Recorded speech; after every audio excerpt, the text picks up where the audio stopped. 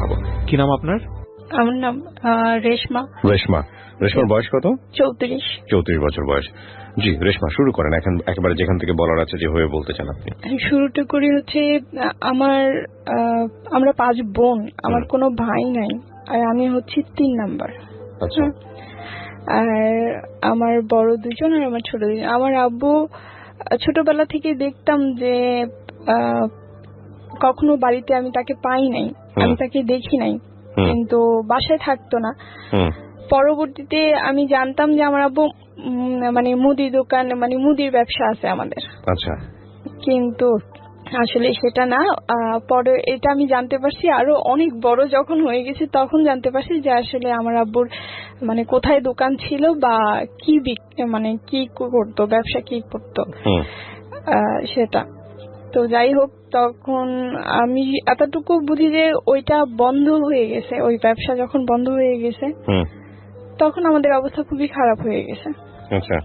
আর তার আগে ছোটবেলা থেকে একটু দোষী ছিলাম আমি, মানুষের সাথে ঝগড়াঝাটি এগুলা খুব বেশি করতাম, এগুলোর প্রতি ইন্টারেস্ট খুব বেশি ছিল আমার। তো কেউ কিছু বললে তো তাকে তখন রাস্তার মধ্যে মাইর দিতাম, দিয়ে চলে আসতাম। আচ্ছা। মারধর করে চলে আসতাম। পরে বলতো যে তোর আব্বুর কাছে বিচার দেবো। পরে বলতাম যে আমার আব্বুকে তো আমি নিজেই দেখি না সকালে ঘুম থেকে উঠে, তো তোরা কিভাবে দেখবি আর তোরা কিভাবে বিচার দিবি? আর আমার আব্বু যদি আমার কোনো কিছু বলে তাহলে এরপরে আরো মাইর খাবে, এই কথা বলে টলে চলে আসতাম।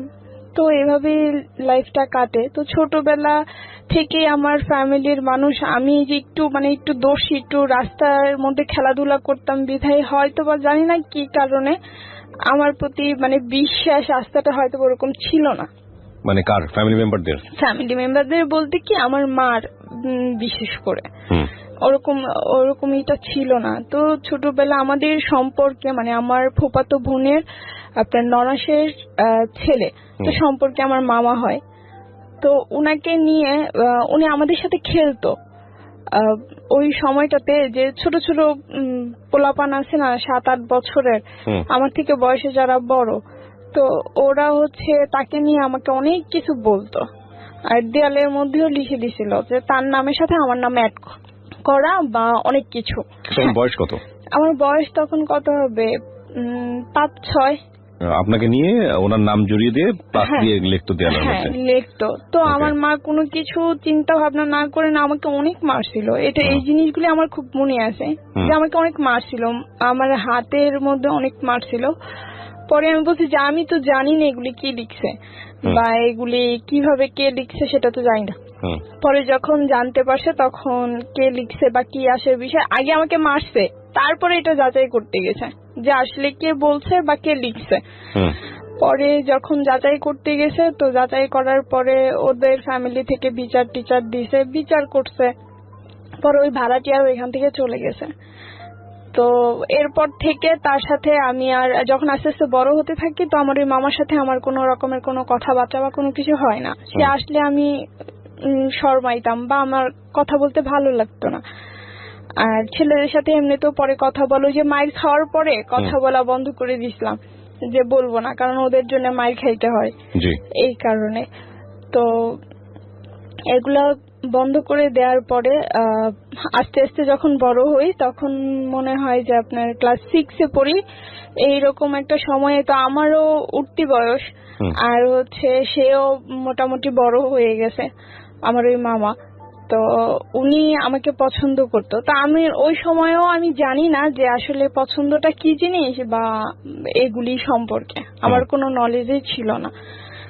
পরে একদিন ওনাকে আবার আমার এলাকারই আমার আন্টি, তারপর হচ্ছে আমার যারা তো বোন ছোটটা আছে, ও আবার অনেক পছন্দ করত। তো সম্পর্কে মামা হইতো কিন্তু তারপরও পছন্দ করত। পরে একদিন উনি আমাকে একটা ফুল দিছে। তো আমাকে ফুলটা দেওয়ার আগে উনি বলছিল যে আমার বোন বা আমার আন্টি বলছিল যে মামা এই ফুলটা কার জন্য আনছেন? বলছে আমি যাকে ভালোবাসি এই ফুলটা যার হাতে দেখবা মনে করবা যে আমি তাকেই ভালোবাসি, তার জন্যই আনছি।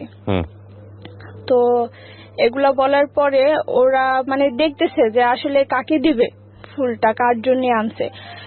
পরে ফুলটা আমার হাতে দেখছে, দেখার পর ওনারা বলছে যে আল্লাহ, এত ছোট মেয়ের লাস্টে দিয়া মানে পছন্দ করার মতো আর কাউকে পাইলো না, এত ছোট একটা মেয়েকে।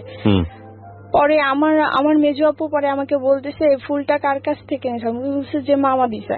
পরে বলতেছে ওর ফুলটা ওকে ফেরত দিয়ে দাও, কারণ যেহেতু আমার বোনের বান্ধবী ওরা ছিল তো ওরা তো সবই জানে। বলছে যে ফুলটা ফেরত দিয়ে দাও। আমি বলছি আচ্ছা ঠিক আছে। পরে আমি গোলাপটা ফেরত দিয়ে দিছি। পরে আমি বলছি যে নেন আপনার গোলাপ, আপনার কাছে দিয়ে দিলাম, আমার এই ফুলের দরকার নেই। আমার আপু বলছে এটা ফেরত দিয়ে দিতে, ফেরত দিয়ে দিয়েছি। তো তারপরে উনি অনেক কষ্ট পাইছে। তখন আমি জানি না যে আসলে ভালোবাসা কি। পরে বলতেছে যে তুমি ফুলটা ফেরত দিয়ে দিলা। আমি বলছি যে হ্যাঁ, এটা রাইখে আমি কি করবো, এটারই তো আপনি যার জন্য আনছেন তাকে দেন। পরে যাক এগুলি সব চলে গেছে। তো এইভাবেই আর কি আমার সময়গুলি কাটছে। এরপরে যখন আস্তে আস্তে ক্লাস 7-এ উঠি তখনও বান্ধবীরা দেখতাম কানা ঘুষা করতো, ভালোবাসা সম্পর্কে কথা টথা বলতো, আমাকে জিজ্ঞেস করতো কি রে লাইফে এমন কোনো কিছু এখনো হয় না, যে আসলে না। আর এগুলা কি জিনিস, একজন আরেকজনকে মানে কি, এটা ভালোবাসাটাই কি জিনিস, এই জিনিসটা তো আমি আসলে জানি না।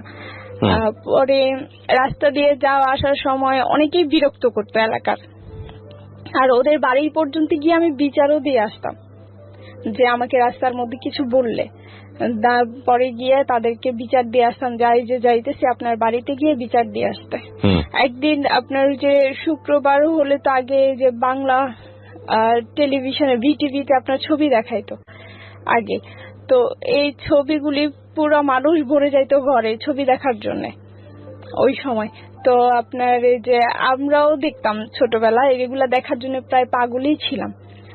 পরে রাস্তা দিয়ে যাওয়ার সময় এক ছেলে আমাকে, আমি দৌড়াইতেছি মানে অ্যাড দিতেছে, তো দৌড়ে দোকানে যাচ্ছি, দোকান থেকে বাসায় আসবো। পরে এইভাবে হাতি করে আমাকে ধরে রাখছে, পরে এইভাবে আটকায় রাখছে রাস্তা। পরে আমি বলছি যে আপনি রাস্তা আটকাইছেন কেন, এইভাবে দৌড়াইতেছো কে, তুমি তো পড়ে যাবে, গা ব্যথা পাবে। পরে আমি ওনাকে বলে দিয়ে আসছি যে আমি ব্যথা পাইলে আপনার কি, একটা জুতা দিয়ে একটা বাড়ি দিন, এই কথা বলে দিয়ে তারপরে আসছি। পরে উনি সাথে সাথে এসে আবার আমার আব্বুর কাছে বিচার দিছে যে দেখেন কাকা, ওরে আমি কিছু বলি নাই, ছোট বোন হিসেবে একটু আদর করি, এই কারণে ও হচ্ছে আমাকে দেখেন রাস্তার ভিতরে এতগুলি মানুষের সামনে এই কথা বলে দিয়ে আসছে। পরে আব্বু বলতেছে মানুষের সাথে এইভাবে খারাপ ব্যবহার করে কেউ রাস্তাঘাটে, ওরা বড় না তুমি ছোট না, তাই ডাক দিচ্ছে রেখেছেন কে রাস্তার মধ্যে এইভাবে হাতি করে দাঁড়ায় থাকবো। আর যদি হ্যাঁ শরীরের সাথে আমার ধাক্কাটাই লাগতো তখন কি। তো পরে বলতেছে আর এইভাবে মানুষের সাথে খারাপ ব্যবহার করো না। পরে বলছি যে আচ্ছা ঠিক আছে করবো না। পরে এগুলা বলে আবার চলে আসছি। তো যখন ক্লাস 7-এ তখন একটা ছেলে আমাকে পছন্দ করতো আমার এলাকারই, আর ও আমাকে পছন্দ করতো কি, ওর অনেকের সাথে রিলেশন ছিল, মানে আমাদের বাড়ির পাশের বাড়ির অনেকের সাথে রিলেশন ছিল।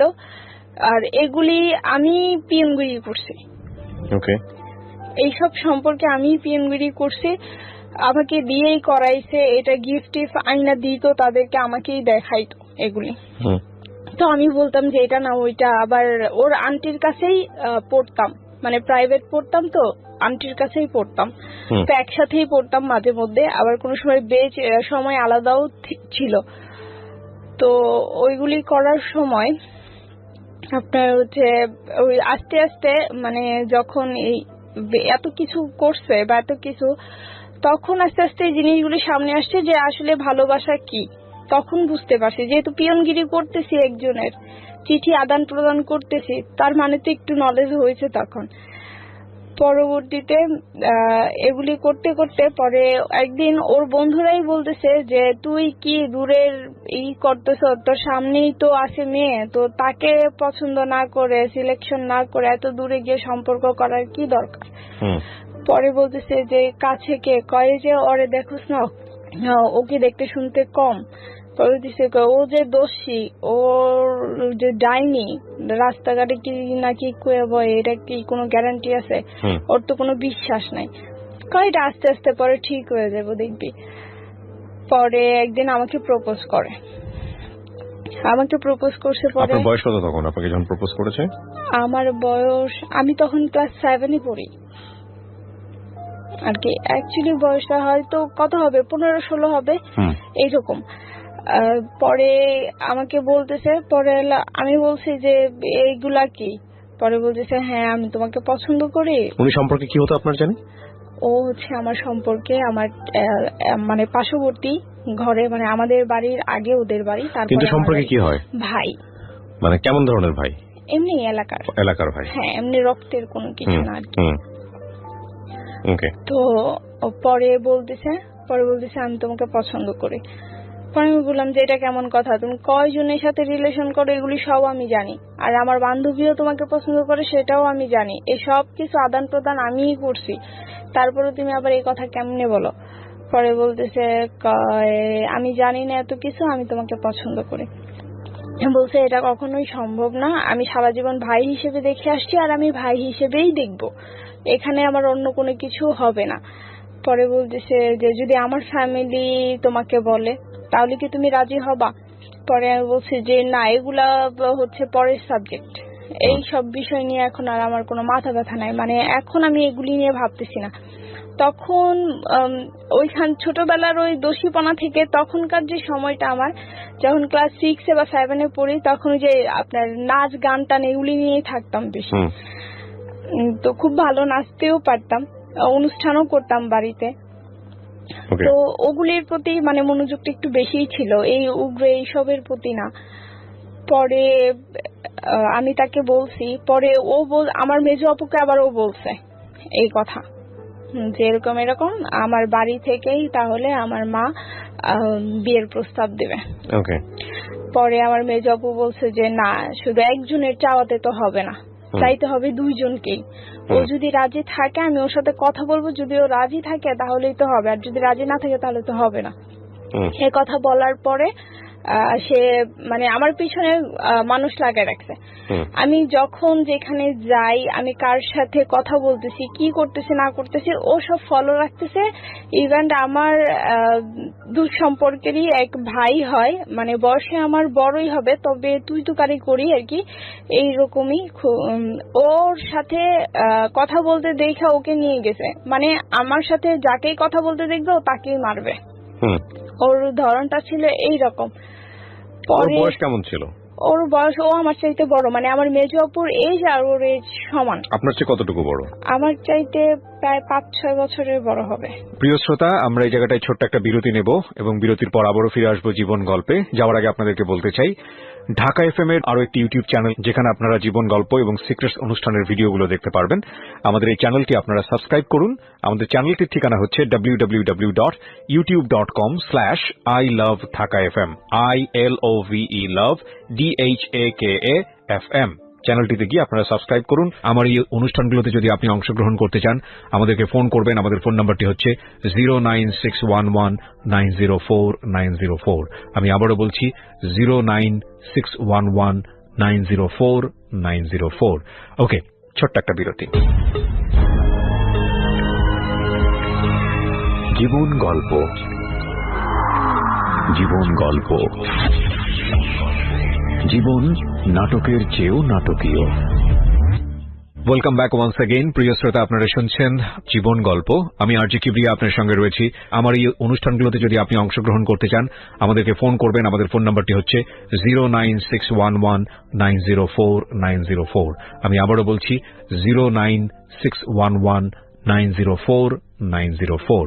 ওকে, আমরা যেখানটায় ছিলাম তারপর পরে এই কথা বলার পরে আমি পরে ভাবলাম যে না, ও তো যাকে না তাকেই ধরে মারবে, যদি আমার সাথে কথা বলে তাহলে তো এটা ওর ফ্যামিলিরে জানাইতে হয় বা বিচার দিতে হয়, কারণ জিনিসটা তো গাড়াই যেতেছে এভাবে লুকায় রাখতে রাখতে। পরে এই ব্যাপারে এর আগে কি করছে, আমার আম্মুকে ওই যে যখন চিঠি আদান প্রদান করে দিতাম, যখন পিয়নগিরি করতাম, তখন আমার আম্মুকে ওর আম্মু ডেকে বলছে, মানে ওই যে আমার ওই ভাই, ওর আম্মু ডেকে বলছে এরকম এরকম তোমার মেয়ে আমার ছেলের সাথে সম্পর্ক করে, এটা সেটা। ঢাকায় নিছে আমার মাকে আর আমার বড় বোনকে।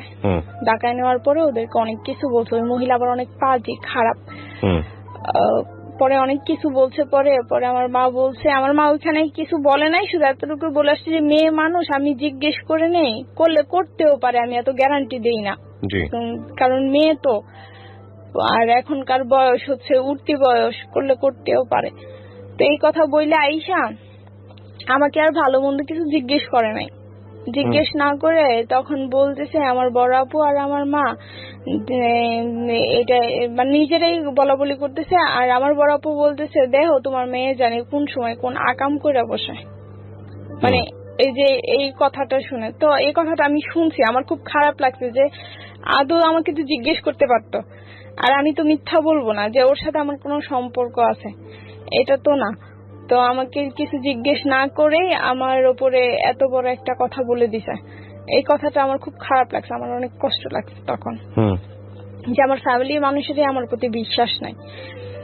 পরে এটা করার পরে আমাকে আর তো কিছুই জিজ্ঞেস করে নাই। পরে ওর ফ্যামিলিকে আমি বিচার দিছি, আমার মা গেছে, আমার মেজো আপু গেছে, আমি গেছি, গিয়ে বিচার দিছি যে এরকম এরকম এই কারণে ও আমাকে পছন্দ করে বলছে, তো এই কারণে হচ্ছে গিয়ে ও আবার পুকুরে গোসল করতেছে তখন, যে হ্যাডে মারবো হ্যাডে ধরবো, মানে আমার সাথে কাউকে কথা বলতে দেখলেই ও তাকে মারধর করবে, এরকম একটা ওয়ার্নিং সে আমাকে দিয়ে দিছে অলরেডি। পরে বলতেছে পরে দিছে যে ও নাকি আমাকে পছন্দ করে এটার জন্য। পরে বলতেছে যদি আমার পোলায় পছন্দ করে থাকে তাইলে সমস্যা কি, আমি আনবো, এই মেয়ের এই বউ করে আনবো, কারণ মাইয়া কানাও না, লুলাও না, ল্যাংরাও না। আমার পোলায় যদি পছন্দ করে থাকে তাহলে আলহামদুলিল্লাহ, আমি এই মেয়ের এই বউ করে আনবো। পরে আমার মেজো বাবার কইছে, আম্মা এক হাতে তো আর তালি বাজে না, কারণ ও পছন্দ করে, এখন ও যদি পছন্দ না করে তাহলে তো আর এই জায়গা তৈতো না। এটাও কথা। পরে আমার জিজ্ঞেসে যে তাহলে তুই কি করস? পরে আমি কইছি, না আম্মা, আমি ওরে ভাই হিসেবে দেখে আসছি, ওই আমার ভাই, এছাড়া আমাদের মধ্যে আর কোনো সম্পর্ক কোনো সময় হইব না। পরে এই কথা বলার পরে ওর মা ওরে ডাইকা বলতেছে যে এরকম এরকম তোমার নামে বিচার আসছে, তুমি কি করছো, আর যেটা বলছো ওটা কি সত্যি নাকি? এখন ও তো চায় না, তো তোমার চাই এত কোনো লাভ নেই। পরে ছোট বোন, আমার ছোট 5 নম্বর বোন যেটা, ওইটাকে নিয়ে হচ্ছে আমি ইয়েতে গেছি, স্কুলে গেছি, তখন ওইখানে আমাকে আটকাইছে, প্রাইমারি স্কুলে পড়তে নিয়ে যাই, তো ওইখানে আমাকে আটকে দিয়ে বলতেছে যে তুমি, আমার মা তো বলছিল বিয়ের প্রস্তাব দিছিল, তুমি না করে দিছো কেন? আমি বলছি যে আমি না করবো না, আমি তো পছন্দ করি না। আপনি তখন প্রাইমারি স্কুলে? না, আমার ছোট বোন, আমি তো ক্লাস 7 এ পড়ি। তারপরে ও আমাকে আটকে সেখানে বলতেছে যে তোমারে তো আমার বাড়ি থেকে প্রস্তাব দিছেই, তুমি না করে দিছো কেন? পরে আমি বলছি যে আমি ভালোবাসি না, সেই কারণে আমি না করে দিছি, কারণ এই সমস্ত লাইনে আপনি বলছেন, হ্যাঁ, এই সমস্ত লাইনে আমি এখনো যাই নাই, আর কোনো না কোনো দিন তো কারোর সাথে সম্পর্ক করবাই। আমি বলছি যে যদি কখনো আমার মনের ভিতরে এই জিনিস আসে তাহলে হয়তো বা করবো না কেন, করতেও পারি, কিন্তু এখন তো নাই, এখন তো আর আমি এইসব কিছু নিয়ে ভাবতেছি না। পরে বলতেছে তুমি কাজটা ভালো করো নাই, তুমি না করে দিছো, আমার ফ্যামিলি গেছে। ও কিছু করতো, ছেলেটা কিছু করতো ওই সময়টাতে? না, ওই সময়ও কিছু করতো না, পেশায় কিছুই করতো না, শুধু ওই যে গিটার টিটার এগুলি নিয়ে পড়ে থাকতো আর কি, যখন যা মন চাইতো তখন তাই করতো। ঠিক আছে, এইরকম। তো পরে এই কথা বলার পরে ও বলতেছে আচ্ছা ঠিক আছে, এই কাজটা তুমি ভালো করো নাই। পরে এটা বইলা আমাকে এটা বলে দিল, পরে আমি বাসায় চলে আসছি। ওই দিন রাত্রেবেলা ওর মা ওকে শাসাইছে না কি করছে জানি না, ও নাকি আপনার বিষ খাইছে। বিষ খাইছে, তো এগুলো আমি কিছুই জানি না। বিষ খাইছে, বিষ খাওয়ার পরে নাকি রাত্রে 2টা বাজে ওকে নিয়ে হসপিটালে গেছে, ও আশটাশ করায় নিয়ে আসছে। তো ওই যে না করে দিছি, তার ছেলে এই কাজ করছে, এটাই হচ্ছে তার মানে আমার দোষ। আর হচ্ছে এটা নিয়েই উনি অকথ্য ভাষায় মানে গালাগালি, মুখে যা আসছে তাই বলছে, ইভেন আমার বোনদেরকে, আমাদেরকে, মানে আমাকে, আমার ফ্যামিলিকে যা ইচ্ছা তাই বলছে। তো অনেক বছর এটা নিয়ে ওনাদের সাথে এমন কোনো কথা বলি নাই, কোনো কিছু বলি টলি নাই, কোনো সম্পর্ক ওরকম আর ছিল না। পরে এটা চলে আসছি। তো আপনার হচ্ছে যখন আমি ক্লাস 8 এ উঠি, তখন যে আন্টির কাছে আমি পড়তাম, ওই আন্টিরই আপনার বিয়াই হয় আর কি। বিয়ে হয় সম্পর্কে। তো সে হচ্ছে আপনার পেশায় হচ্ছে একজন গিটারিস্ট। ওকে। হ্যাঁ, তার বড় বড় যেহেতু ব্যান্ডের সাথে জড়িত, তার এমন চুল ছিল অনেক বড় বড়। তো তাকে সে আর কি এইটি করতো, গান টান করতো, অত আসতো, কথা টথা বলতো। পরে একদিন তার ইয়ের জন্য আমাকে একটু বলছিল যে এরকম এরকম। আমি ক্লাস 8 থেকে তখন ক্লাস 9 উঠছি আমি। আর ও যে মেয়েকে পছন্দ করে সেই মেয়ে ক্লাস 10 পড়ে, মানে আমার এক ক্লাস সিনিয়র সে। তো তখন হচ্ছে আপনার 9 আর ক্লাস 10, এই 9 এর একজন আর পরীক্ষার হলে আর 10 এর একজন বসায়। আচ্ছা। তো আমি ক্লাস 9 ও ক্লাস 10 তো এইভাবেই করতে করতে আপনার হচ্ছে পরে বলতেছে যে এরকম আমার ওই আন্টি যার কাছে আমি পড়ি, প্রাইভেট পড়ি, সে আন্টি বলতেছে এরকম এরকম তোদেরকে একটা কাজ দেব। পরে বলছি আন্টি কি কাজ দেবেন? বলতেছে যে এরকম এরকম ও তো একটা মেয়েকে পছন্দ করে, আর মেয়েটা হচ্ছে তোদেরই ক্লাসের, একসাথে মনে হয় পরীক্ষা দিবে, ক্লাস 10 পড়ে। নাম টাম সব বললো, মেয়ের বিবরণ দিয়ে দিল। পরে বলতেছি যে কোন শাখার কথাও বলে দিল। বলার পরে বলতেছে যে ওই মেয়েটাকে দেখবি, যে আসলে মেয়েটা দেখতে কেমন। পরে বলছে যে আচ্ছা ঠিক আছে। তো পরীক্ষার হলে আমি আর আমার বান্ধবী দুইজনই, মানে আমার সিট সামনে আর আমার বান্ধবীর সিট হচ্ছে পিছনে। আর আমার বান্ধবীর সামনে হচ্ছে গিয়ে আবার ওই মেয়েটা বসা, মানে ওর সিট আর আমার বান্ধবীর সিট একসাথেই পড়ছে। ও ক্লাস 10 আর আমার বান্ধবী 9। তো আমরা দেখছি, এখন আমার বান্ধবী ওকে দেখা তাকাই গেছে, মানে মেয়েটা খুবই সুন্দর, অনেক সুন্দর দেখতে। পরে দেখা তাকাই আছে। আমি পরীক্ষার হলে পরীক্ষা দেওয়া বাদ দিয়ে ওর দিকে তাকায় থাকলে স্যারে তোমার খাতাটা লয়ে যাবো। পরে চুপ করে রয়েছে, অনেক সুন্দর তো, দেখলে দেখতেই মন চায়। পরে আমি কি এমনি তাকায় থাকো না। পরে সত্যি সত্যি স্যার এসে ওর খাতাটা নিয়ে গেছে, কারণ দেখছি যে ঘাড় ঘুরাই রাখছে ওই পাশে, মনে করছে যে ওটা দেখা লিখতেছে। পরে যখন স্যার দেখলো যে না ও ক্লাস 9 পরে, ও ক্লাস 10 পরে, পরে বলতেছে আবার খাতাটা দিয়ে দিছে, ওরে আবার কিছুক্ষণ পানিশমেন্টও দিছে। তো আমি বলছি, পরে আন্টির আমি বললাম যে আন্টি দেখছি মেয়েটা অনেক সুন্দর। পরে বলতেছে আর ওই সময় আপনার হচ্ছে আমাদের স্কুলে একটা কনসার্টের আয়োজন করা হয়েছিল। তারপরে ওই যে ছেলেটার জন্য যে কথা বলতে করছিলাম, পরে ওই ছেলেটাকে আবার আমার ভালো লাগছে। তার সাথে আপনার পিছনে ঘুরতো? না না না, তাহলে ওই যে কনসার্ট করে আমার আন্টি, আপনার জন্য বিষ খাইলো, ওর কি অবস্থা? ওর অবস্থা ওর মতো। বিষ খাওয়ার পর আপনার সঙ্গে যোগাযোগ নাই? না না, আমার সঙ্গে যোগাযোগ নাই। ওই যে অকথ্য ভাষায় তার ফ্যামিলি গালাগালি করছে, এরপরে তো একটা দূরত্ব এমনিতেই তৈরি হয়ে গেছে। আচ্ছা। পরে গিয়ে ওই ছেলেটাকে, পরে আমি যার সাথে লাইফে জড়াইছি সে হচ্ছে, ওর সাথে আপনি জড়ালেন কিভাবে? মানে যার সাথে আপনি লাইফে জড়ালেন, মানে এই যে এটাই, মানে ওই যে পরীক্ষা দিতে গেছে না, তো ওই থেকে পরে আমাকে বলছিল যে কনসার্টে হবে, তো ওই মেয়েটার কে বলতে যে ওই ছেলেটা ওই মেয়েটাকে পছন্দ করে। পরে আন্টি আর আমাকে এটা শিখাই দিছে। পরে আমি বলছি যে এরকম এরকম, ওই মেয়েটাকে গিয়েই বলছি যে আপু আপনার নাম কি এটা? পরে বলতেছে হ্যাঁ। পরে আমি বলছি আপনি ওনাকে চিনেন? পরে বলতেছে হ্যাঁ চিনি। পরে আমি বলছি যে উনি তো আপনাকে অনেক পছন্দ করে, আমাকে বলছে সেটা। পরে ওই মেয়েটা বলতেছে যে ওনাকে গিয়ে বইলো আপু যে ও আমার পায়ের স্যান্ডেলেরও যোগ্য না। আপনাকে রিপ্লাই দিছে এটা? হ্যাঁ আমাকে এটা। পরে আন্টিরা আমাকে বলতেছে যে জিজ্ঞেস বলছিলাম। পরে আমি বলছি যে হ্যাঁ বলছি। আসলে কি ছেলেটা পছন্দ করতো? হ্যাঁ আসলে অনেক পছন্দ করতো। এটা কি ছেলেটা আপনাকে বলছে? হ্যাঁ, এটা আন্টি সবার কাছেই বলছে। আপনি তো শুনেন না নিজের কানে? আমি নিজের কানে শুনি নাই, কিন্তু পরে যে যখন তাকে রিপ্লাই উত্তরটা আন্টি দিতেছিল তখন আমরা সামনে, মানে আমরা পড়তে বসছি তো তখন। পরে বলতেছে যে এরকম এরকম, তুমি তো এরকম মানুষকে পছন্দ করছো, এখন উত্তর কি দিছে? পরে বলতেছে ওদের কাছে উত্তর দিছে তুমি নাকি তার স্যান্ডেলেরও যোগ্য না। আচ্ছা। পরে এই কথাটা শুনে ছেলেটা অনেক কষ্ট পাইছে, চোখের পানি টলটল করতেছিল আমাদের সামনেই তখন। পরে দেখলাম যে উনি ওনার কষ্টটাকে হাইড করে গিয়ে উনি হাসতেছে। মানে চোখের পানিটা নিচে পড়তে দিল না, উনি হাসতেছে। ওনার এই জিনিসটা দেখে আমার খুব মানে আমার মনটা তখন একটু নরম হয়ে গেছে ওনার প্রতি, যে মানুষ এরকমও হয়, এত কষ্টের পরে কিভাবে নিজেকে হাইড করে নিল। পরবর্তীতে এইভাবেই পরে আস্তে আস্তে আস্তে মানে তখনই আপনার ওনাকে ভালো লাগে? হ্যাঁ, ওনাকে ভালো লাগছে। আস্তে আস্তে আপনার হচ্ছে ইয়েতে গেছি, অনেকেই আমাকে অফার করছে এমনি, কিন্তু আমার জন্য কোনো বিয়ের ঘর কোনোদিনও আসে নাই ভাইয়া। তো যখন আসছে উনি পরে নানান ভাবে মানে রং নাম্বারে ফোন দিয়ে দিয়ে আমি ওনার সাথে কথা বলতাম। আচ্ছা। আর এই সুবাদে হচ্ছে আমাদের একটা জায়গা রাখতে গিয়ে আমার মা অনেক টাকা ঋণ করে ফয়জা।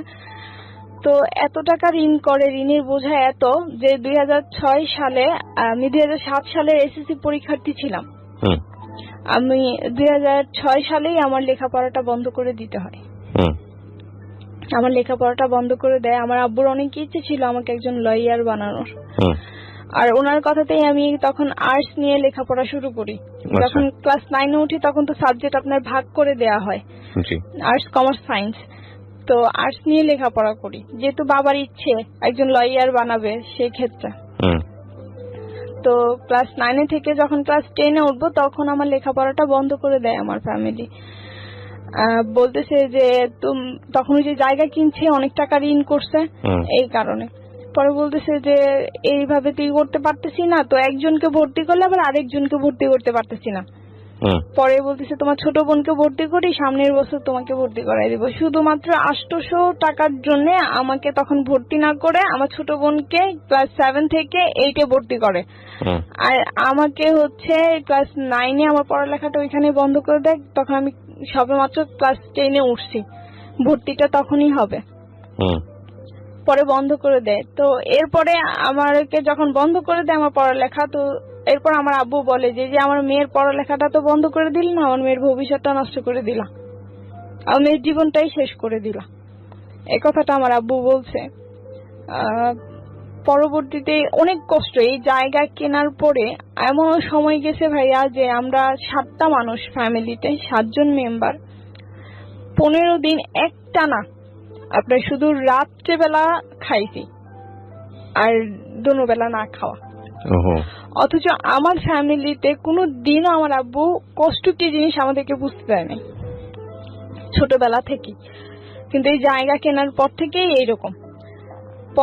পরে আমার ফ্যামিলিতে আমার আত্মীয় স্বজনরা পাশাপাশি বাড়ি ঘর, তো সবাই আমাদের চুলাতেই রান্না করতো, আমাদের গ্যাসের চুলাতেই সবাই রান্না করতো। কিন্তু কেউ, আমার ফুপু, আমার যেটা বলেন যেটি বলেন, কেউ আমাদেরকে এক থাল ভাত দিয়ে জিজ্ঞেস করে নাই। আমার ছোট বোনটা তখন মনে হয় 7 বছরের, ও না খেয়ে থাকতো সারাদিন, শুধু রাত্রে খাইতো। তা আমাদের পাশের এক চাচি আছে, উনি আবার জিজ্ঞেস করতো যে আরে মা কিছু খাইছো? পরে বলতো হ্যাঁ খাইছি আন্টি, আলুর ভর্তা আর ডাইল রান ছিল মাই, ওগুলা দেয়া ভাত খাইছি। আসলে কিন্তু কিছু নাই ঘরে খাওয়ার মতো। তো এইরকম পরিস্থিতিও কাটাইছি। প্রিয় শ্রোতা, আমরা এই জায়গাটায় ছোট্ট একটা বিরতি নেব এবং বিরতির পর আবারও ফিরে আসবো জীবন গল্পে। যাওয়ার আগে আপনাদেরকে বলতে চাই, ঢাকা এফএম এর আরো একটি ইউটিউব চ্যানেল যেখানে আপনারা জীবন গল্প এবং সিক্রেটস অনুষ্ঠানের ভিডিওগুলো দেখতে পারবেন। আমাদের এই চ্যানেলটি আপনারা সাবস্ক্রাইব করুন। আমাদের চ্যানেলটির ঠিকানা হচ্ছে www.youtube.com/ilovedhakafm, ILOVE চ্যানেলটিতে গিয়ে আপনারা সাবস্ক্রাইব করুন। আমার এই অনুষ্ঠানগুলোতে যদি আপনি অংশগ্রহণ করতে চান আমাদেরকে ফোন করবেন। আমাদের ফোন নাম্বারটি হচ্ছে 09611904904। আমি আবারও বলছি 09611904904। ওকে, ছোট্ট একটা বিরতি। জীবন গল্প,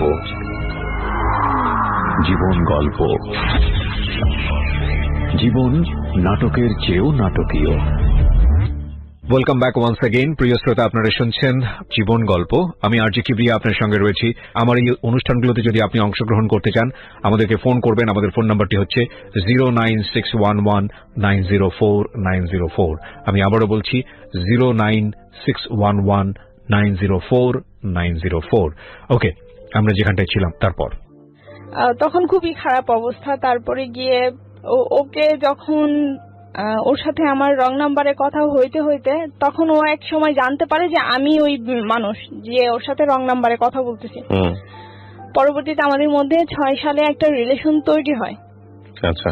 আর রিলেশন বলতে তখন আমি তাকে বলছিলাম যে হ্যাঁ আমি তো কাকে ভালোবাসি সেটা আপনি জানেন। পরে বলতেছে কাকে ভালোবাসো বলো। আপনি জানেন সেটা, আমার আর নতুন করে বলার কোনো দরকার নেই। পরে বলতেছে যে হ্যাঁ আমি জানি সেটা আমি। আমি বলছি জানেনি তাইলে তো আর আমাকে এটা জিজ্ঞেস করার কোনো দরকারই নাই আপনার। আর এর ভিতরে তো আমার লেখাপড়াটাও অফ। আচ্ছা। পরে তার সাথে অভাবের কারণে তো আমি তার সাথে যোগাযোগ করব কিভাবে, যেহেতু লেখাপড়া করি না, তো তার সাথে তো আমি বাইরে কোথাও গিয়ে যোগাযোগ করতে পারবো না, দেখা সাক্ষাৎও করতে পারবো না। পরে আমি একটা গানের ক্লাসে ভর্তি হই ওনার সাথে দেখা করার জন্য। গানের ক্লাসে ভর্তি হই, তারপর নিজেরও ইচ্ছে ছিল একটা গান শিখবো এই কারণে।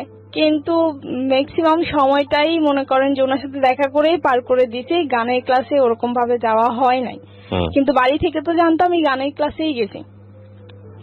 আচ্ছা।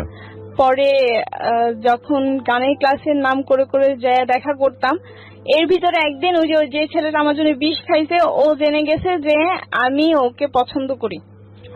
গিয়ে দেখে ফেলছিল আমাদেরকে ওর দোকানের মধ্যে। দেখা ফেলা তারপরে এই জিনিসটা ওর মাথার ভিতরে ঢুকছে তখন যে ও এখানে কি করে, তার মানে এখানে কোনো কেমিস্ট্রি অবশ্যই আছে। পরবর্তীতে এই কথা বলে ও যখন জানতে পারে যে সিরিয়াসলি আমরা দুজনের প্রতি একটু সিরিয়াস হব, ও জানতে পেরে ও বলছিল এটা যে মামা আমি যাকে পছন্দ করি আপনি তাকে, যার জন্য আমি বিষ খাইছি, আপনি ওই মেয়েকে কিভাবে অ্যাকসেপ্ট করলেন, আর আপনি তাকে বিয়ে করলে আমি তাকে মামি কিভাবে বলবো। এই কথা বলার পরে ও আমার সাথে আর কোনো যোগাযোগ করে নাই। ওকে আপন ভাগিনা ছিল না? আচ্ছা।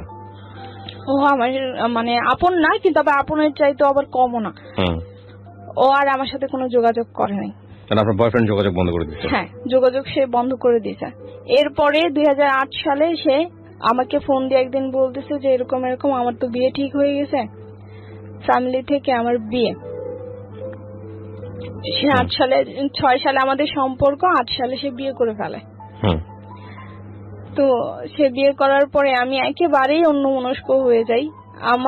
আমার নিজের মধ্যে কোনো কিছু কাজই করতেছিল না, যেহেতু আমার লেখাপড়াও বন্ধ, সেহেতু ও বিয়ে করে ফেলছে। তো আমার মানে অন্যরকম একটা পরিস্থিতি হয়ে গেছিল, মনের মধ্যে কাজ করতো যে আমি একটা কিছু করে ফেলবো। তখনও সুসাইড করার চিন্তা ভাবনায় ছিলাম যে করতেও গেছি কয়েকবার, কিন্তু আমি তো জানি যে আমার এই সম্পর্কের কথা অলরেডি সবাই জানে, পুরো এলাকার বেশিরভাগ মানুষই জানে। তো তখন যদি আমি কিছু করি তো সবার আগেও যে ওই ছেলেই বলবে, ওই ছেলের ফ্যামিলি বলবে যে ওর মেয়ে বিষ খেয়ে মরছে, ওই ছেলে বিয়ে করে ফেলছে এই কারণে। তো আমি তো মরে যাব, এটা শেষ, রফা দফা হয়ে যাবে। কিন্তু আমার আব্বু যে বেঁচে থেকেও মরে যাবে, এই কথাগুলি কিভাবে সে মেনে নিবে? সে তো এটি সহ্য করতে পারবে না। এগুলির কারণে আমি আর কিছু করি নাই। যতবারই কিছু করতে চাইছি আমার আব্বুর জন্য আর করতে পারি নাই, কারণ আমি আমার আব্বুকে অনেক বেশি ভালোবাসি। পরে ওইখান থেকে আমি আর কিছু করলাম না আমার লাইফে। আমি একেবারেই চুপচাপ, একেবারেই স্তব্ধ হয়ে যাই। আমি অনেক কান্নাকাটি করছি, আর আমাকে সবাই বুঝেছে যে তুমি ওকে জিজ্ঞেস করলা না কেন যে ও তোমার সাথে এরকম কেন করলো।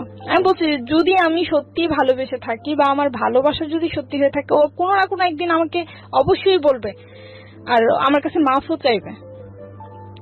পরে বলতেছে ওর পরে জানতে পারি যে ওর একটা মেয়ে হয়েছে, প্রথম আপনার মেয়ে হয়ে মেয়ের হার্টে ব্লক হয়েছে। ব্লক হওয়ার কারণে সে ওই মেয়েটা মারা গেছে। পরে একদিন রিক্সার মধ্যে সে আমাকে বলছে কথা, তুমি শুনছো? পরে আমি বলছি পাপ কখনো বাপকেও ছাড়ে না। আমি ওনাকে এই জবাবটা দিয়ে আসছিলাম। আর আমি নামাজ পড়তে বসেও কান্নাকাটি করতাম আর বলতাম যে আল্লাহ গো, আমার মনটা যে ভাঙছে কোনো কারণ নেওয়া, তখন তো আমি জানি না তো কি কারণে সে এরকম করছে, যে ভাঙছে তার বিচার তুমি করো, তার সে যাকে সবচেয়ে বেশি ভালোবাসবে ওই ভালোবাসার মানুষটাকে তুমি কারে নিয়ে যাও। ওহো, যাতে সে বোঝে যে ভালোবাসা হারাইলে কেমন লাগে, ওই মানুষটাকে কষ্ট দিলে কেমন লাগে, এই জিনিসটা তাকে বোঝায়ও। তো আমি জানি না আদৌ এই ডাক কবুল হয়েছে কিনা, কিন্তু তার আমার মনে হয় যে হয়ে গেছে কবুল। পরবর্তীতে যখন একাকিত্ব সময় থাকি, এর ভিতরে আমার জ্যাঠাতো বোন মানে মেজু, ওর হাজবেন্ড, তারপর হচ্ছে ও, মানে রাস্তার ভিতরে আমার ওই জ্যাঠাতো বোনের হাজবেন্ডের সাথে ওই আকাশ আমাকে দেখছে। আচ্ছা, আকাশ নামের একটা ছেলে। হ্যাঁ, সে আমাকে দেখছে। দেখার পরে সে জিজ্ঞেস করছে মেয়েটা কে। সে বলছে যে ও তো হচ্ছে আমার শালিকা হয়। এটাই কিন্তু তখন আমি জানি না, আমি তাকে চিনিও না। তো পরবর্তীতে বলছে ওকে আমার ভালো লাগছে। এইটাই হচ্ছে মানে সূত্র। এই সূত্র ধরেই আমার যারা তো বোন, তারপর হচ্ছে তার হাজবেন্ড, ওই আকাশের কাছ থেকে আমাদের ফ্যামিলিতে অভাব অনটন, খাবার নাই, এটা নাই সেটা নাই, এগুলো বলে বলে অনেক টাকা পয়সা খাইছে। ওকে, মানে ও কাছ থেকে নিয়ে আসতো? হ্যাঁ, নিত আমাদের কথা বলে, আর ও দিত। ঠিক আছে, ও দিত, কিন্তু এগুলি কিছুই আমি জানি না। ওকে, আমি এই সম্পর্কে কিছুই জানি না। আর ওই আকাশকে হচ্ছে গিয়ে আবার একজন এলাকারই একজন প্রতাপশালী লোক, সে হচ্ছে ছোটবেলা থেকে পালছে, নিজস্ব কোনো বাড়ি ঘর এখানে কিন্তু নাই, কিন্তু ওই লোকের দাপটে সে আমার সাথে যা করার করছে। অনেক টাকা পয়সা ছিল আর অনেক আদর করতো, তো এই কারণে আরো বেশি করতে পারছে।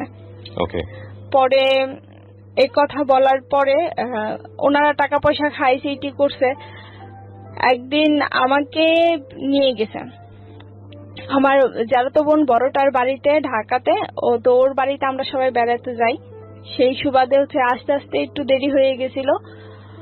পরে আমার ওই দুলা ভাই আর আমার ওই বোন বলতেছে যে এরকম এরকম তুমি হচ্ছে গিয়াতে এত রাত্র হয়ে গেছে, এখন আর বাড়ি যেতে হইব না, কালকে সকালেই যাও, আজকে তুমি এদিকেই থাকো।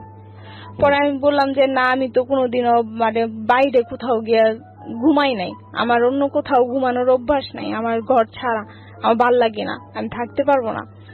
পরে বলতেছে যে সমস্যা নেই। আমি কই না, আব্বু রাগারাগি করবো, আব্বু অনেক টেনশন করবো। পরে বলতেছে টেনশন করবে না, আমি কাকারে ফোন দিয়া বলে দিতেছি। তো আমার আব্বুরে ফোন দিছে, ফোন দিয়ে বলতেছে কাকা এরকম এরকম, তো অনেক রাত্র হয়ে গেছে, এই কারণে আর নিয়ে আসলাম না, তো আজকে রাত্রে থাকুক, সকালবেলা আমি আবার বাড়িতে দিয়ে যাবো না। পরে আব্বু বলছে ইয়ে থাকবো, পরে কইতেছে থাকবো, কারণ আমার আব্বু আমার সম্পর্কে জানে যে আসলে আমি থাকুই না মানুষ না ওইখানে। পরে কইতেছে রাখতে পারবা ওরে, জোরাজুরি যদি থাকতে না চাই তাহলে লয়ে পড়ো। কয় না না থাকবো, সমস্যা নেই। পরে কইছে তা আচ্ছা ঠিক আছে, তাহলে সকালবেলা না দিয়ে যাও। আচ্ছা, পরে ওই যে ওইখানে ওই রাতটা আমি থাকছি। ও হচ্ছে পরের দিন সকালবেলা মানে সারা রাত্র ওই বাড়িতেই ছিলাম। বাড়িটা অনেক ভিতরে, মানে খোলা মাঠ, এরপরে জঙ্গল, গাছপালা দিয়ে ভরা, তারও ভিতরে অনেক ভিতরে বাড়ি, মানে মেন রাস্তা থেকে অনেক দূরে। কিন্তু আমি বুঝতে পারছি না, এরকম অপরিচিত একটা ছেলের সঙ্গে আপনার বাবা থাকার পরামর্শ দিবে কেন? না না, আমার বাবা তো আমার জ্যাঠাতো বোনের বাড়িতে থাকার পারমিশন দিয়েছে। কিন্তু ওই বাড়িটা কি, ওর বাড়ি কি জ্যাঠাতো বোনের বাড়িতে কাছাকাছি ছিল নাকি আগে এসে বসেছিল? না, ওরা আগে থাকতে প্ল্যান করা ছিল। আপনি তো জানতেন যে আপনি এই ছেলেটার সঙ্গে? না, আপনিও জানতেন না? ওকে, তাহলে ছেলেটা আসলো কিভাবে? এই ছেলেটা আসছে হচ্ছে গিয়ে যে আমার জ্যাঠাতো বোনরাও যে আমার নাম করে করে ওর কাছ থেকে টাকা খাইছে। ওকে, সো ওই ছেলেটা ওইভাবে আসছে? হ্যাঁ, ওইভাবেই আসছে। তো এরা তো প্ল্যান করেই রাখছে। ততদিনে তো আপনি ওই ছেলের সঙ্গে বোধহয় সম্পর্কে জড়াই গেছেন নাকি? না, তখনো জানান নাই? না না। ওকে, ফাইন। হ্যাঁ, তখনও জড়াই নাই, আমি তো জানতামই না এই বিষয়ে। আর ওরা যে টাকা পয়সা খাইতেছে আমি এগুলোও কিছু জানতাম না। ওকে, তারপর? পরে ওই দিন রাত্রিবেলা কোনো কিছু হয় নাই, তো এগুলো তো অন্যদের প্ল্যান করাই ছিল। রাত্রিবেলা কোনো কিছু হয় নাই। আপনার সকালবেলা যখন ঘুম থেকে উঠছি, হাত মুখ ধুইছি, পরে দোকান থেকে চা এনে দিছে, পরে চাটা খাইছি। এখন আমি রেডি হব, আমি বাসায় চলে আসব। আমি বলতেছি যে আমি বাসায় চলে আসবো, আমি আর ওইখানে থাকবো না। পরে বলতেছে আচ্ছা যাই বা, তোমার বাইরে দোকানটা বন্ধ করুক, একটু পরেই তোমার বাড়িতে নিয়ে দিয়ে। তা আমি দোকানে যাই, যা তোমার বাইরে পাঠাই দিতেছি, তোমার বাইরে তোমার বাড়িতে নিয়ে দিয়ে আসবো। মানে আমার যারা তো বোন এই কথা বললো আমাকে। আমার যারা তো বোন এই কথা বলার পরে তো বাড়ি খালি, বাড়িতে আর কেউ নাই। আমি এক রুমে বসেছিলাম, তো একটু পরে দেখি একটা ছেলে ঢুকলো ঘরে, মানে আকাশ ঢুকলো ঘরে, ঘরে ঢুকার পরে সে হচ্ছে বাইরে থেকে পরে আমি জানি না কে কি করছে, দরজাটা বন্ধ করে দিছে, মানে ছিটকিনি আপনার লাগাই দিছে বাইরে থেকে। বাইরে থেকে ছিটকিনি লাগাই দেওয়ার পরে সে হচ্ছে আমার সাথে অনেক বলা নাই, কথাবার্তা কিচ্ছু না, শুধু মানে আমার সাথে মানে ধস্তাধস্তি শুরু করে দিছে। তার বলছে আপনি কে, মানে আমি যে ওইখান থেকে চিল্লাম দেব, চিল্লাইলেও কেউ শুনবে না, কারণ ওইখানে বাড়িঘর নাই সামনে। পরে আমার সাথে এরকম করতেছে, আমি তো আপনাকে চিনি না, আপনি কে, আর আমার সাথে এরকম করতেছেন কেন, আমার বোন কই, আমার দুলাভাই কই। পরে বলতেছে যে সমস্যা নাই, তুমি আমার চিনো না, আমি তো তোমার চিনি, তুমি তো আমার কাছ থেকে টাকা পয়সা নিছো। আচ্ছা। পরে আমি বলছি আমি টাকা পয়সা নিচ্ছি মানে, হ্যাঁ তোমার ফ্যামিলিতে এই সমস্যা প্রবলেম, কিস্তি দিতে পারে না, তোমাদের ঘরে খাবার নাই, এগুলি বলে তো তুমি তোমার বোন রে দিয়া তো আমার কাছ থেকে টাকা পয়সা নিয়েছো। পরে আমি বলছি আমি তো আপনাকে চিনিই না, আপনি কে সেটা তো আমি জানিই না, আপনাকে তো আমি চিনিই না, তাহলে আমি কিভাবে নিলাম, আপনি কি কোনোদিন আমার নিজের হাতে দিছেন, আমাকে দিছেন? কয় না, তোমার বোনের হাতে দিছি। আমাকে তো তাহলে তাকে গিয়ে ধরেন, আপনি এই সমস্ত ব্যাপারে তো আর আপনি আমাকে কিছু বলতে পারেন না, যেটা আপনি আমাকে সরাসরি দেন নাই। পরে এই কথা বলার পরে সে হচ্ছে আমার সাথে অনেক জোরাজুরি করে, ইভেন সে আমাকে একটা সময় গিয়ে সে আমাকে করে ওইখানে। এই প্রথম ভাইয়া কেউ আমার শরীর করে। পরে হচ্ছে যে আমার তখন অবস্থা খুবই খারাপ হয়ে যায়। পরে আমি বলতেছি যে আমি চলে যাব এখান থেকে, আমি এখানে থাকবো না, আমি চলে যাব। পরে ও বের হয়ে গেছে, পরে দেখলাম কেউ মনে হয় দরজা খুলে দিছে, ও বের হয়ে গেছে। পরে আমার বোন এসে বলতেছে যে যা হয়েছেই, মানে এরকম বুঝালো যে তারা কিছু জানে না এই ব্যাপারে। তো তাদের দরজা বন্ধ করলো কে আর খুললো কে, যদি তারা কিছু নাই জানে। পরবর্তীতে কান্না করতেছে, বলতেছে বাড়িতে এই সমস্ত ব্যাপারে কিছু বললো না, যা হওয়ার হয়েছে, আমি দেখতেছি এই জিনিসটা। পরে আমি আর বাড়িতে কাকে কি বলবো, কারণ তখন যে আমি ওর বিরুদ্ধে কোনো অ্যাকশন নেবো, আমার ফ্যামিলি ভাত খাইতে ভাত পায় না, আমি কিভাবে নেব, কারণ আমার ফ্যামিলির তো ওরকম টাকা পয়সা কিছু নাই। পরে আমি কোনো অ্যাকশন বা কোনো কিছু নেই নাই। এরপর থেকে ও সব সময় আমাকে ব্ল্যাকমেল করে যাচ্ছে যে এরকম হয়েছেই তো, তাইলে আমাকে কেন বিয়ে করবে না। ছেলেটা বিয়ে করতে যাচ্ছে আপনাকে, আকাশ? হ্যাঁ, আমাকে কেন বিয়ে করবে না। বলছি যে না, আমি বিয়ে করব না, যা হয়েছে তো আমার লাইফে হয়েছেই, কিন্তু তারপর আমি বিয়ে করব না। তো আমি আর আমার বান্ধবী মিলে কোথাও ঘুরতে যাচ্ছিলাম, ওই সময় রাস্তার ভিতরেও আমাকে আটকাই দিছে। পরে বলতেছে রিক্সা থেকে নামো, রিক্সা থেকে আমাকে নামাই দিছে। বলছি যে রিক্সা থেকে কেন নামবো, বলতেছে নামো, রিক্সা থেকে নামো, নেমে আসো। পরে পরে বলতেছে রাস্তাঘাটে মানুষ দেখতেছে, ভালোই নেমে আসো। পরে নামছি রিক্সা থেকে, নেমে আমি আর আমার বান্ধবীকে একটা ঘরে নিয়ে গেল। সেখানে গিয়ে দেখি যে আপনার হুজুর বসা, তারপরে হচ্ছে আপনার অনেক লোকজন বসা, মানে সে বিয়ের প্ল্যান করে ফেলছে, এইখানেই বিয়ে দেবে। আর সে এগুলি সব ব্যবস্থা করে দিছে ওই যে তার ভাই, বলা যে ভাই, সে টাকা পয়সা দিয়ে। পরে হুজুরকে দিয়ে হচ্ছে সে বিয়ে পড়ায়। এখন আমি বলতেছি যে আমি তো ওইখান থেকে চলে যাব, এখন আমি আমার বান্ধবীকে বলতেছি যে আমার অজু টজু করাইতে নিয়ে গেছে, আমি তো এখান থেকে চলে যাব। ও আমাকে বলতেছে তুই গেলে তো আমি আটকা পড়ে যাব, তখন আমার কি হইব, মানে আপনাদেরকে কিডন্যাপ করতে। হ্যাঁ, আমাকে বলতেছে তুই যে এখান থেকে পালাই যাবি, তুই তো পালাই যাইতে পারবি, কিন্তু আমার যেভাবে ধরে রাখছে আমার তো আটকাই দিব, তাইলে তখন আমার কি হইব, আর আমি কিভাবে এদিক থেকে বাইরমো। তা আমি আমার ক্ষতির লেগে তো আমি ওর ক্ষতি করে দিতে পারি না এই জায়গার ভিতরে, যেহেতু ওর কোনো দোষই নাই, একজন নির্দোষ মানুষ। পরে আমি কি চুপ করে গিয়ে বসছি, বসার পরে ওইখানে আপনার কাজী টাজি দিয়ে আপনার বিয়ে পড়াইতেছে। পরে আমি বলছি যে আমি এখন বিয়ে করব না। পরে বলতেছে যে এখন বিয়ে করবা না তো, না এখন তো বিয়ে হবে না, শুধু কাবিনটা লেখা হবে, বিয়ে পরে হবে, আমাকে এই কথা বলছে। তো আমি বলছি কাবিন লেখা হবে, আমি তো মানে বিয়ে পড়াইতে দেখছি, কিন্তু কিভাবে বিয়ে পড়াই সেটা তো আর আমি দেখি নাই, যে আসলে কাবিন লিখলেই যে বিয়ে হয়ে যায়। আপনি কবুল বলছিলেন? না, শুধু সাইন করছি। সাইন করলে বাংলাদেশের রাষ্ট্রীয় আইনে বিয়ে হয়ে যায়, কিন্তু আপনি কবুল বলেন নাই। আপনি কবুল যদি আপনাকে জোর করেও বলানো হতো তাহলে বিয়ে হতো না। আমি যতদূর জানি এটাই সম্ভবত নিয়ম। শুধু সাইনটাই করাইছিল ওনারা আমাকে দিয়ে। পরে বলতেছে যে তোমার কিচ্ছু বলতে হবে না, তুমি শুধু এখানে একটা সাইন করো। তাও আমি মক্কর ধরছিলাম যে আমি করবো না, কিন্তু তারপরেও বলছে যে করো। পরে সাইনটা করাটার পরে ওইখান থেকে চলে আসছি আমি।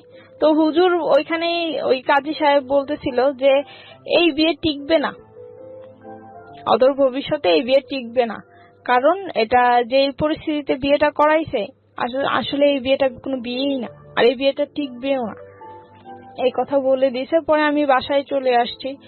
এর ভিতরে আমার আব্বু অনেক অসুস্থ হয়ে যায় 13 সালে। আমার আব্বু প্রচন্ড পরিমাণে অসুস্থ।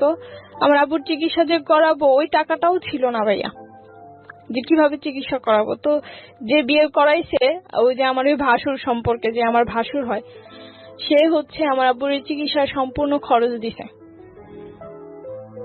আর এর ভিতরে আমার এই মেজো আপুর বিয়ের সময় আপনার বাবা কি বললো এই বিয়ের খবর জেনে? আমার আব্বু তখন অনেক অসুস্থ। যখন আমার এই বিয়ের খবরটা শুনে, আমার আব্বু অনেক অসুস্থ তখন। থানা পুলিশ করে নাই? না, আমার আব্বু যে বললাম ভাত খাইতে ভাত পাই না, থানা পুলিশ কিভাবে করবে? আর আমার আব্বু তো অসুস্থই হয়ে গেছে। আপনার ভাই ছিল কোনো বড় ভাই? না, আমার কোনো ভাই নেই। ওকে। আমরা 5টা বোনই। পরবর্তীতে এই করে আমার মেজো আপুর বিয়ের সময় আমার ফ্যামিলি কিছু টাকা ঋণ করে। আচ্ছা। তো সেই ঋণ শোধ করবে কিভাবে? আমার যারা তো বোন বড়টার কাছ থেকেই টাকা নিয়েছিল। তো আমার ওই বড় যারা তো বোন আর কি অনেক কিছু বলছে আমার আব্বুকে, যে টাকা নিয়ে টাকা দিতে পারে না, উনি দিছিল। পরে উনি আবার অনেক কিছু বলছে, আমার আব্বু অনেক কান্না করছে। তো আমার আব্বু বলছিল যে জায়গাটা বিক্রি করে দেই, যে এই জায়গা কিনে এত কষ্ট এত সমস্যা, এই জায়গাটা বিক্রি করে দেই। তো আমার মা বলছে যে না, এই জায়গা বিক্রি করবো না, জায়গার ভিতরে কি আছে আমি দেখা ছাড়বো। ঠিক আছে, পরে এই জায়গা বিক্রি করে নাই। আর আমার আব্বুর এমন অবস্থা, তাও আমার মা জায়গা বিক্রি করবে না, যে আমার আব্বুর চিকিৎসা করাইতে পারতেছি না, তাও আমার আম্মু জায়গা বিক্রি করবে না। প্রিয় শ্রোতা, আমরা এই জায়গাটায় ছোট্ট একটা বিরতি নেব এবং বিরতির পর আবারও ফিরে আসবো জীবন গল্পে। যাওয়ার আগে আপনাদেরকে বলতে চাই, ঢাকা এফএম এর আরো একটি ইউটিউব চ্যানেল যেখানে আপনারা জীবন গল্প এবং সিক্রেটস অনুষ্ঠানের ভিডিওগুলো দেখতে পারবেন। আমাদের এই চ্যানেলটি আপনারা সাবস্ক্রাইব করুন। আমাদের চ্যানেলটির ঠিকানা হচ্ছে www.youtube.com/ilovedhakafm ILOVE চ্যানেলটিতে গিয়ে আপনারা সাবস্ক্রাইব করুন। আমার এই অনুষ্ঠানগুলোতে যদি আপনি অংশগ্রহণ করতে চান, আমাদেরকে ফোন করবেন। আমাদের ফোন নাম্বারটি হচ্ছে 09611904904। আমি আবারও বলছি 09611904904। ওকে, ছোট্ট একটা বিরতি। জীবন গল্প, জীবন গল্প, জীবন নাটকের চেয়েও নাটকীয়। Welcome back once again. প্রিয় শ্রোতা, আপনারা শুনছেন জীবন গল্প। আমি আরজি কিবরিয়া আপনার সঙ্গে রয়েছি। আমার এই অনুষ্ঠানগুলোতে যদি আপনি অংশগ্রহণ করতে চান, আমাদেরকে ফোন করবেন। আমাদের ফোন নাম্বারটি হচ্ছে 09611904904। আমি আবারও বলছি 09611904904। ওকে, আমরা যেখানটায় ছিলাম তারপর পরে উনি আমার ওই ভাসুরি আমাকে টাকা পয়সা দিয়েছে। আমি 40 দিন পর্যন্ত আমার আব্বু জীবিত ছিল। ওকে। 40 অসুস্থ হওয়ার 40 দিন, একেবারে যেদিন পুরো 40 দিন ওই দিনই আমার আব্বু মারা গেছে 13 সালে। আচ্ছা। আমার আব্বু মারা গেছে। তো যেদিন আমার আব্বু মারা গেছে ওই দিন ওইটা আমার সাথে ফিজিক্যালি কিছু করছে। যেদিন আমার শোক, আমি আমার জীবনের সবচেয়ে প্রিয় মানুষটাকে হারাই ফেলছি ওই দিন। পরের দিনও আমি ওই দিন তো কিছুই বলি নাই, আমি শুধু বলছি যে আল্লাহ এমন একটা মানুষের সাথে তাও মিলাই দিলা এমন একটা মানুষের সাথে যে আমার বাড়িতে আমার আব্বু মারা গেছে, তারপরও সে আমাকে ছাড়লো না। পরে আবার সে হচ্ছে গিয়ে পরের দিন আবার, মানে যেদিন দ্বিতীয় দিন, ওই দিন আবার চাইতেছে। আপনি তখন শ্বশুর বাড়িতে ওনার সঙ্গে সংসার করেন? না, ওনার সাথে সংসার তো আমার মনে করেন যে ঠিক মতো হইতোই না। ও কিন্তু আমার বাড়িতেই থাকতো। ওকে। আমার বাড়িতেই আমাকে রাখছে, আমার বাড়িতেই থাকতো। পরের দিন যখন হচ্ছে পরের দিন আবার যখন এরকম করতে চাইছে কিন্তু করতে পারে না, কারণ আমি আলাদা ছিলাম না, সবাই একসাথে খাটের মধ্যে ঘুমাইছিলাম। তখন করতে পারে নাই বিধে একসাথে ছিলাম, আলাদা রুম তাকে কেন দিলাম না, এই কারণে সে ওই দিন আমাকে মেরে গেছে। আর আমার সাথে আমার বড় আপু, আমার খালা, আমার আম্মু আর সবাই বসা, মানে সবাই শুয়ে রয়েছে একসাথে ঢালা বিছনা করে। তো হঠাৎ করে ঘুষির আওয়াজ পাইছে, আমার কপালের মধ্যে সে ঘুষাইতেছে, মারতেছে আমাকে, জানোয়ারের মতো অত্যাচার করতেছে। পরে শুধু এই কারণেই যে আলাদা রুম কেন হইল না, সে কেন কিছু করতে পারলো না, এটার জন্য। পরবর্তীতে সে হচ্ছে আমাকে মারছে। পরে আমার আপু সজাগ হয়ে গেছে, পরে আমার আম্মু সজাগ হয়ে গেছে। পরে আমাকে ওইখানে মাইরা টাইরা রাইখা তারপরে সে চলে গেছে।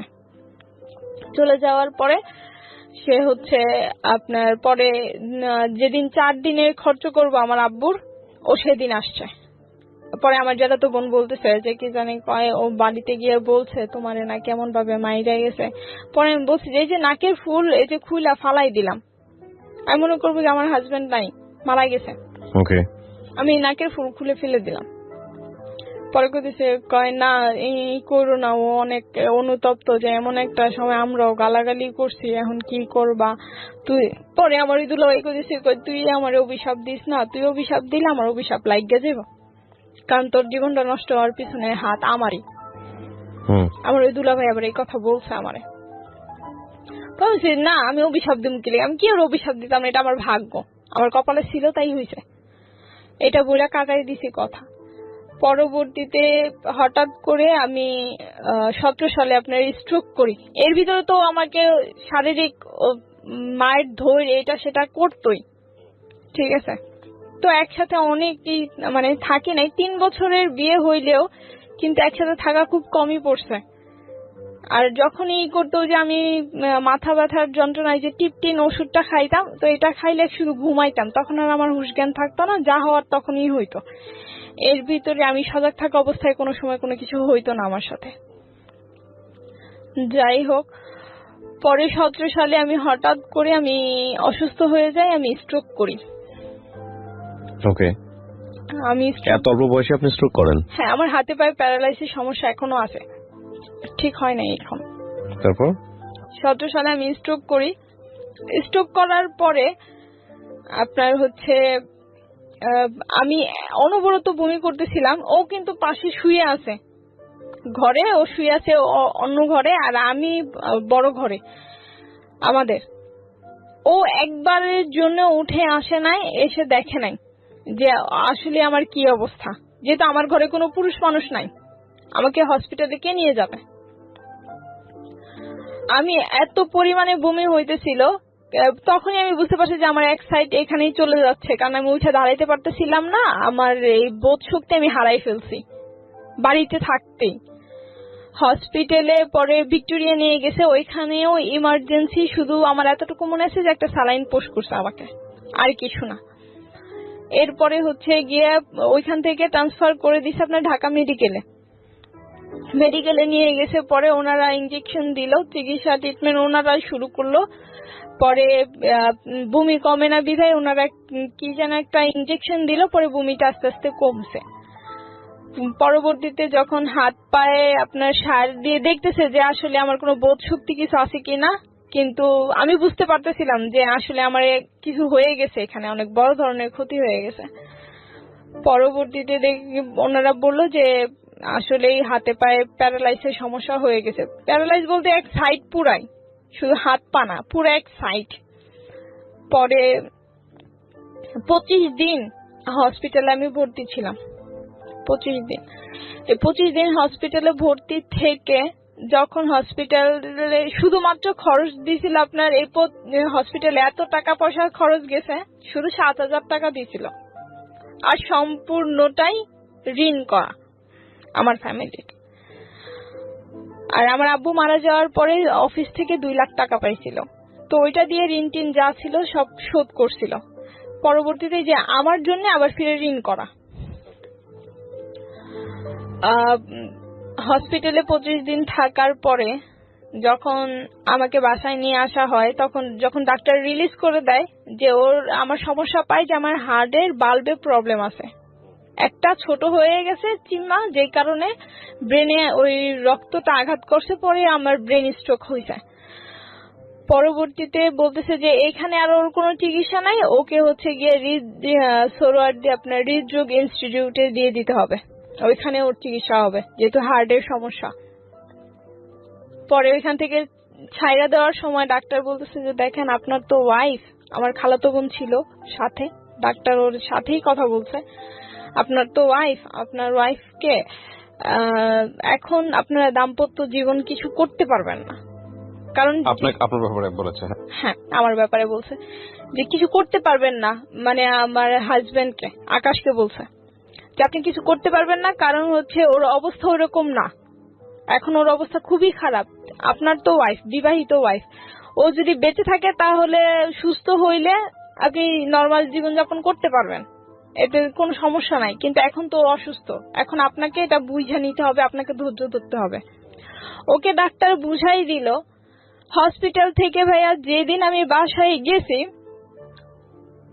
ওই দিনই ও আমার সাথে আবার, অথচ আমি নড়তে চড়তে পারি না, আমি পুরাই অসুস্থ, আমার নড়ার ক্ষমতাও তখন নাই। ওই সময় ও আবার আমার সাথে এরকম করতেছে।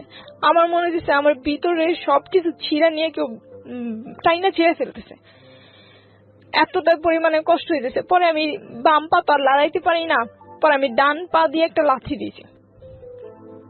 এরকম করার পরে ডান পা দিয়ে আমি ওকে একটা লাথি দিছি, ওকে লাথি দিয়ে সরাই দিয়েছি। তারপরেও আমাকে মারধর করছে। পরে টিকতে না পেরে আমি 17 সালে ওকে ডিভোর্স দিয়ে দিই, যে এরকম একটা জানোয়ারের সাথে সংসার করা আদৌ সম্ভব না। যাই হইতো না কেন সবকিছুর জন্য বাইরের জিদ গড়ে গিয়ে আমার উপরে মিটাইতো, আমার অনেক মারতো, জানোয়ারের মতো মারতো, এত মার তো আর সহ্য করা যায় না। পরে আমি ডিভোর্স দিয়ে দিই। আমি কাজীর কাছে যাই, যে কাজী বিয়ে পড়াইছিল তার কাছে আমি গিয়েছি। আমি গিয়ে তাকে বলছি এরকম এরকম যে আমি তো ডিভোর্স দেবো, আমাকে কাবিন নামাটা দেন। কয় তোমার যে বিয়ে পড়াইছি তখনই তো বলছিলাম যে এই বিয়ে টিকবে না, আর কাবিন নামার ওরা তো আমার বিয়ের খরচই দেয় নাই, ওই টাকাই দেয় নাই। পরে তারপর আমি 3000 টাকা দিয়ে পরে বলতেছে তুমি তালাক দিবে তো, তালাকের কাগজটা আমি দিয়ে দিতেছি, তুমি ওর কাছ থেকে একটা সাইন করে এই কাগজটা আমার কাছে জমা দিয়ে দিও, আমি মেয়রকে দিয়ে দেবো, আমি কাউন্সিলরের কাছে পৌঁছাই দেবো। তা একটা যেহেতু তুমি চাইতেছো না কোনো কিছু, আমি কই না আমার কোনো কিছু, আমার টাকা পয়সাটা দরকার, আমার কোনো কিছু দরকার না, আমার শুধু ওর কাছ থেকে আমার জীবনটা ছুটানো দরকার, আমার আর কিছু দরকার নেই। পরে আমি নিজেই ওকে ডিভোর্স দেই। এর ভিতর তো কোনোদিন খোঁজ খবরও নেয় নাই। আবার থানায় গিয়ে আমি একটা জিডিও করে আসছিলাম, কারণ ও হচ্ছে আমাকে হুমকি দামকি দিত যে রাস্তায় বাইরে তোরা মায়েরাম, গালাগালি করতো ভাষায়। পরে আমি বলছি যে আমি থানায় গিয়ে একটা জিডি করে আসি, যেহেতু বলা তো যায় না কখন কি করে। পরে আমি জিডি করে আসছি। তো এখন বর্তমানে আমি অসুস্থ হয়েও আমার ফ্যামিলির কাছে আমি বোঝা, যেহেতু হ্যাঁ ডিভোর্স দেওয়ার পরে আমার ফ্যামিলির কাছে আমি বোঝা। আমি যদি কিছু নাও করি তাও আমার বোনেরা আমাকেই দোষায়। আমার বোনদেরকে কোনো কিছু বললে বা জায়গা সম্পত্তির ব্যাপারে কোনো কিছু যদি হয়ও তো ওরা আমাকেই দোষে, আমাকেই গালাগালি করে। আমার এখন মনে হয় যে ওইখানে থাকাটাই আমার জন্য অনেক কষ্টের হয়ে গেছে, এইরকম একটা পরিস্থিতি। অথচ আমি যখন অসুস্থ হই তখনও কেউ আমাকে কোনো টাকা পয়সা দিয়ে সাহায্য করে নাই। আমি একটা চাকরি করতাম ইন্স্যুরেন্স কোম্পানিতে, সেখানকার একজন স্যার ছিল, তো উনি আমার এই যে চিকিৎসার বেশিরভাগ দায়িত্ব উনিই বহন করছে। আমার ফ্যামিলি তো সেটা পারে নাই, কিন্তু উনিই বহন করছে।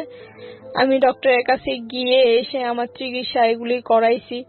হসপিটালে গিয়েও টাকা পয়সা দিয়ে আসছে যে এটা রাখেন, চিকিৎসা করান, তারপরে গেছে যে যদি আবার কিছু লাগে তাইলে বইলেন।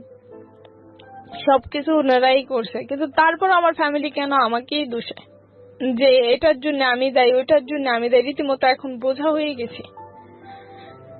হাজবেন্ডকে ছেড়ে দিছি। এখন আপনি কি করেন? এখন আমি কিছুই করি না ভাইয়া, কি করব, কারণ ওই যে হাতে পায়ে সমস্যা, আর চাকরিও করতে পারি না, কারণ আপনার তো বাচ্চা কাচ্চাও নাই। না না। আমি এই গল্পটাকে বলবো যে আপনি যা বললেন, আপনার বক্তব্য সমস্তটুকু যদি সত্যি হয়ে থাকে, আমি যেটা একপাক্ষিক বক্তব্য, তাহলে এটা আসলে নির্মম পরিণতি ছাড়া আসলে কিছুই বলার নাই। হ্যাঁ, আপনার এই গল্প থেকে আসলে কি বা শেখার আছে আমাদের? তবে এটা ঠিক, আমাদের সমাজে অনেক মেয়ে কিংবা অনেক ছেলেই বিভিন্নভাবে বিনা কারণে বিনা দোষে নির্যাতিত হয়। আমরা ধরে নিব আপনার ক্ষেত্রে সেটা হয়েছে। এখন এখানে বেশ কয়েকটা বক্তব্য আছে। প্রথম কথা হচ্ছে যে এই বিয়েটা ফ্যামিলি থেকে মেনে নেওয়াটা উচিত হয়নি, কিন্তু উচিত না হলেও কি বা করার ছিল? ওনার ফ্যামিলির যে সার্কামস্ট্যান্সেস, সেটা জেনে ওনার আসলে কি করা উচিত ছিল? কারণ শিক্ষণীয় বিষয় আসলে একটাই, যে বিয়েটা প্রথম থেকেই ঠিক ছিল না সেটাকে সময় বাড়ানো কোনোভাবেই উচিত হয়নি। এটা যদি জোর করে সে করে থাকে তাহলে সে আইনগত ব্যবস্থা নেওয়া উচিত ছিল। কারণ দিন শেষে দুটো মানুষ একসঙ্গে একই ছাদের নিচে, একজন নির্যাতিত হয়ে একটা সার্টেন পিরিয়ড পর্যন্ত হয়তো বা টিকতে পারে, কিন্তু life long it is definitely impossible. এবং এই ইম্পসিবল ব্যাপারটাকে যত দ্রুত শেষ করা যায় ততই মঙ্গল। প্রিয় দর্শক এবং শ্রোতা, আমরা আজকের মতো এখানেই শেষ করছি। অনেক ভালো থাকুন, শুভরাত্রি। জীবন গল্প, জীবন গল্প, জীবন নাটকের চেয়েও নাটকীয়।